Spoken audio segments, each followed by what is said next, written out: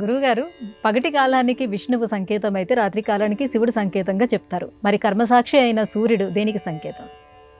ఉభయం, రెండింటికి. కాలానికి సంకేతం.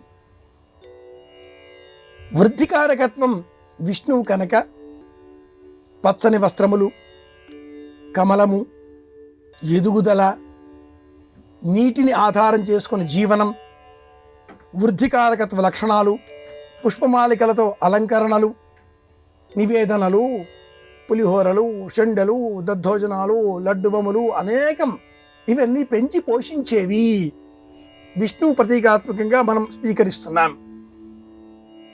చీకటి, తామరలు కాకుండా రాత్రి వేళలో కనిపించేటటువంటి వృక్షములు, పుష్పములు, మొగ్గలు, చీకటితో పాటుగా నక్షత్రాలు, చంద్రుడు, లజకాల స్వరూపమంతా శివుడికి ఆపాదించడంతో రాత్రి వేళకు రుద్రుడికి ఆధిపత్యం అంటూ పురాణ ప్రపంచం అభివర్ణించింది. వెలుతురు ఒకవైపు, చీకటి ఒకవైపు, రెండూ ఉంటేనే రోజు.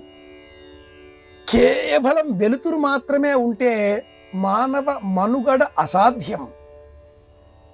అలాగే కేవలం చీకటి మాత్రమే ఉంటే కూడా మానవ సృష్టికి అసలు అవకాశమే ఉండదు. రెండూ ఉండాలి.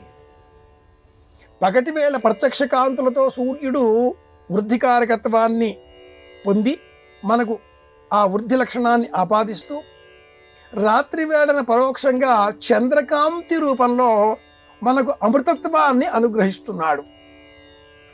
కాబట్టి ఈ సూర్యుడు హరిహర స్వరూపము.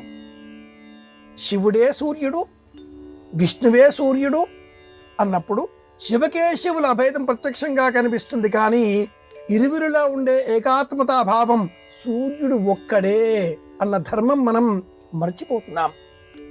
ఈ కారణం చేతనే సూర్య ఆరాధన కాస్త కనుమరుగు అయ్యింది. శివకేశవులకు లోకంలో ఏర్పడిన ఆకర్షణల కారణంగా శివకేశవుల ఆలయాలు విరివిగా వృద్ధి పొందాయి. కానీ అరసవల్లి నుంచి మన దేశంలో అనేక ఆలయాలలో పూర్వం సూర్య ఆరాధన ప్రత్యేకం.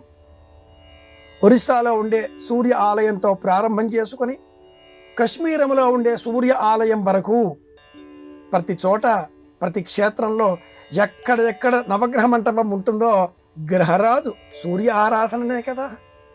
కనుక ఒక ఆలయం, రెండు ఆలయాలు అని కాకుండా సమస్త ఆలయాలలో, సమస్త దేవతామూర్తులలో కూడా మనం సూర్య స్వరూపాన్నే గ్రహించాలి, గుర్తించాలి. ఇది విషయం.